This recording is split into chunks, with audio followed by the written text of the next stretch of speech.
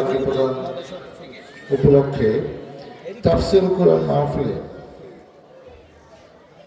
এই অনুষ্ঠানের সম্মানিত সভাপতি হাজী কায়কোবাদ মোহাম্মদ শরীফুজ্জামান, উপস্থিত আছেন এই এলাকার কৃতি সন্তান সাবেক কাউন্সিলর জনাব খুরশিদ আলম, উপস্থিত এলাকার মুরব্বিয়ান মুসলিম ভাইয়েরা, দূরে দাঁড়িয়ে যারা আমার বক্তব্য শুনছেন, পর্দা আড়ালে মা বোনেরা, আসসালামু আলাইকুম। আপনারা জানেন যে আমাদের দলে চেয়ারপারসন দেশনেত্রী বেগম খালেদা জিয়া অসুস্থ, বেশ কিছুদিন ধরে অসুস্থ, গুরুতর অসুস্থ, বয়স 80 বছর। আমরা যারা দল করি, দলে একজন নেতা কর্মী হিসাবে আমরা কিছুটা উৎকণ্ঠায় আছি। সম্ভবত আগামীকাল নির্বাচনের তফসিল ঘোষণা করা হবে, সম্ভবত 12 ফেব্রুয়ারি নির্বাচনের তারিখ ঘোষণা হতে পারে। এরকম একটি সময় আমরা বিভিন্ন জায়গায় আমাদের নেত্রীর জন্য দোয়া চাচ্ছি। আজকেও আমি মাহফিলে আপনাদের কাছে দোয়া চাই। বিশেষ করে শুধু এই অনুষ্ঠানে দোয়া করলে হবে না, আপনারা 5 ওয়াক্ত, আমরা সবাই 5 ওয়াক্ত নামাজ পড়ি, নামাজের দোয়ায় কত রাখতে যেন আপনারা এই নেত্রীকে অন্তর্ভুক্ত করেন, যাতে আপনাদের দোয়ায়, এর আগে উনি বেশ কয়েকবার গুরুতর অসুস্থ ছিলেন, কিন্তু আপনাদের দোয়ায় উনি সুস্থ হয়ে আমাদের মাঝে ফিরে এসছেন। আমরা মনে করি এই মুহূর্তে দেশের জন্য, মানুষের জন্য, দলের জন্য তাকে খুবই প্রয়োজন।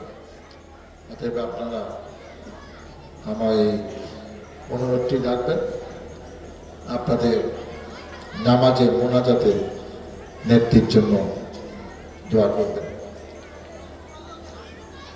যেহেতু সামনে নির্বাচন আছে, আপনাদের একটি গুরুত্বপূর্ণ দায়িত্ব হল ভোটের মাধ্যমে যোগ্য প্রার্থীকে নির্বাচিত করা। অতীতে নির্বাচনগুলো যেমন হয়েছে, এবার নির্বাচন তেমন হবে না।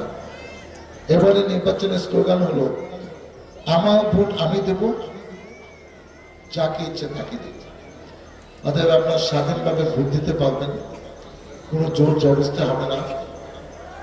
অতীত দিনগুলোতে অনেকে তো ভোট কেন্দ্রে যাইতে পারেন না, কেন আপনার ভোট আগেই দেওয়া হয়ে গেছে। কেউ সকালে দিয়ে দিচ্ছেন, কারোরটা আগের দিন রাতে হয়ে গেছে। এই নানা কাহিনী আছে, সেই কাহিনী আর বলতে চাই না। এবার সুষ্ঠু ভোট হবে। আপনারা চিন্তা করেন, যেহেতু সময় আছে, যাকে দিলে এলাকার উন্নয়ন হবে, যাকে দিলে অপব্যবহার হবে না, মানুষের ক্ষতি হবে না, মসজিদ মাদ্রাসা শিক্ষা প্রতিষ্ঠানে যে ক্ষতিগুলো বিগত দিনে হয়েছে সেই সব হবে না, সেরকম যোগ্য প্রার্থীকে ভোটের মাধ্যমে আপনারা নির্বাচিত করবেন, এটি আমার প্রত্যাশা। আমাদের মন ভালো না, সেজন্য ইচ্ছা থাকা সত্ত্বেও অনেক কথা বলতে পারলাম না।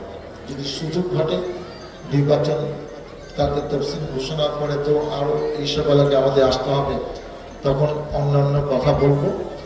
আমি আপনাদের কাছে দোয়া চাই, আপনাদের সহযোগিতা চাই, আপনাদের সমর্থন চাই, আপনাদের কাছে ধানের শেষে ভোট চাই। আপনাদের ভোটে নির্বাচিত হয়ে আপনাদের পাশে থেকে আপনাদেরকে সাথে নিয়ে এলাকার উন্নয়ন, এই মসজিদ মাদ্রাসাগুলো, যে কথা খুরশেদ বলল, অনেক মাদ্রাসা হয়েছে, এই মাদ্রাসাগুলোর উপর বিগত 17 বছর অনেক জুলুম হয়েছে।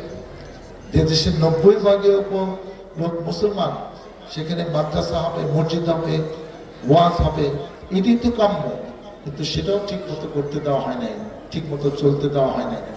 এগুলোর জন্য আমরা হেফাজত করতে পারি, রক্ষা করতে পারি, উন্নয়ন করতে পারি, কল্যাণ করতে পারি, এই প্রত্যাশা ব্যক্ত করে আমি আমার বক্তব্য শেষ করছি, এবং মহান আল্লাহ তাআলা আমাকে যেন সেই তৌফিক দেন। আল্লাহ হাফেজ। আর আমি এই